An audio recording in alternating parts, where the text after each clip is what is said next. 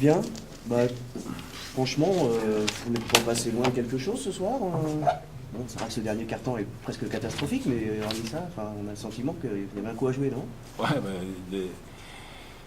entre le pas loin et le hormis ça, je pense qu'il y a quand même un gros écart. Moi, je pense qu'on n'est pas très réaliste dans notre première mi-temps. On est un petit peu à côté de notre plan de jeu, notamment sur les prises de responsabilité à l'opposé des trappes. Voilà, on refuse quelques situations, du coup on manque de rythme, on manque de tirs construits, et sur la fin de la première mi-temps, on leur donne des ballons de jeu rapides. Donc ça, c'est le premier écart. Après, on a une réaction collective avec une défense qui, de fait, la défense de zone, on défend les espaces ensemble, et on a une relation collective qui est très saine, où on pose quelques problèmes au rythme de jeu, parce qu'en première mi-temps, sur les transmissions de balles, on avait un petit peu de retard, notamment sur le jeu de pick and roll de Blois. Donc on décide de faire ça pour essayer de combler les écarts qu'on prend sur cette situation. Et ça nous redonne un petit peu de liant offensif. Je trouve qu'on est plus juste dans nos choix, et puis un petit peu plus agressif sur le jeu de transition. On ne stoppe pas la balle, on continue de la faire vivre, et au lieu d'attendre que l'équipe de Blois se replace et de la réattaquer à nouveau. Et c'est ce qui est un peu dommage, c'est que dans le quatrième quart-temps, on retombe dans ce travers-là. C'est-à-dire avoir des situations de relance, ne pas les jouer jusqu'au bout, alors qu'il y a des décalages qui sont créés, remettre la balle sous le bras, au lieu de continuer de la faire vivre. Parce que ça, c'est une partie de notre identité. Et là, on refuse un petit peu le jeu, alors que ce soir, c'était notre intention. Donc ça, c'est un petit peu dommage. Quand on a une intention, et de ne pas l'amener jusqu'au bout, parce qu'on a l'impression de ne pas perdre avec son idée, quoi. Et après, on avait pris un risque sur ce troisième quart-temps, et petit à petit, Blois, d'abord défensivement, retrouve de l'intensité, et là, on a des problèmes pour se démarquer. Ils retrouvent du jeu rapide, et le rythme leur redonne de l'adresse.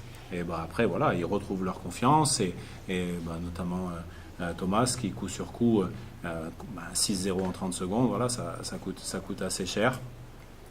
Voilà, donc ce dernier quart-temps qui est assez décevant dans le contenu offensif, parce que nos mauvais choix nous pénalisent, parce qu'on redonne, j'ai pas encore les scores exacts, mais on redonne 6-8 points de jeu rapide, une faute antisportive qui donne lancer plus possession. C'est beaucoup trop sur un quatrième quart-temps. Voilà, pour battre une équipe qui est leader du championnat, il faut monter en rigueur, il faut monter en exigence, et je pense qu'on en a manqué dans le dernier quart-temps. Et Blois, c'est Blois. Ouais, c'est le premier. Ouais. C'est mérité sur l'ensemble de la saison. C'est l'équipe la plus stable. 2 défaites à la maison, 3 à l'extérieur. C'est quasiment équilibré. Les scores sont équilibrés. Les temps de jeu sont équilibrés.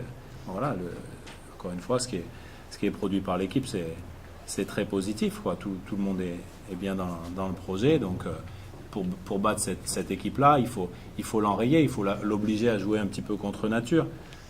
Notamment à faire surjouer certains joueurs. Alors voilà, Johnson ce soir, il passe 34 minutes sur le terrain. Voilà, les obliger à jouer plus longtemps avec leur leader, pour qu'ils puissent avoir des fautes, pour qu'on puisse les pénaliser un petit peu sur leur repli défensif, les pénaliser sur des rebonds, pouvoir les agresser un petit peu.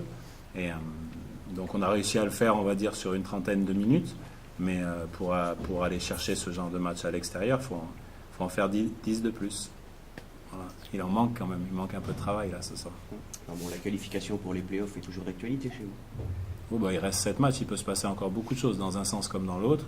Là, nous, on a 2 déplacements d'affilée. Là, on venait à Blois. La semaine prochaine, on a un match à Rouen qui est un match clé, puisque c'est un adversaire direct qui vient de disposer quand même dans des grandes largeurs de Évreux.